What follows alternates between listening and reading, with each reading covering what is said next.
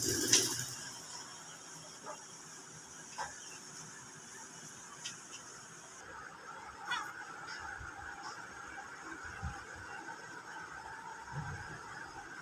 वालेकुम। तीन मेरियां धियां ने, एक मेरा पुत्र बंदा मेरा मकैनिक है, गरीब लोग का बंदा। बैड देख लो, साडा मेरे घर का हाल देख लो, बैडशीट भी नहीं कि मैं बदला सकती। मियाँ मेरा मकैनिक है, कभी दिहाड़ी लगती कभी नहीं लगती। असं तंग दस्ता हालात, बहुत परेशान हैं।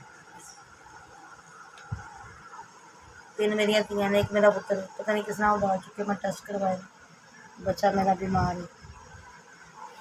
किस तरह तो मैं इनकी दवाई किस तरह पूरी करा, मैं किस तरह परेशान हाँ।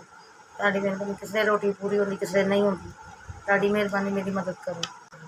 बच्चों टेस्ट बच्चे ने टेस्ट दसे ने, दवाइयाँ दसिया ने, मैं दवाइयाँ लियावा कि बच्चों की रोटी पूरी करो।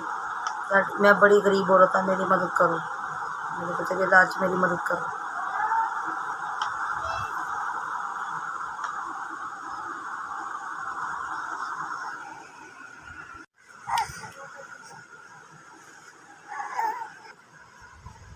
SVS तुसीं साडे माड़े लोगों का ख्याल किया, मेरे बच्चे के 5000 भेजे, ताड़ी बड़ी मैं शुक्रगुजार।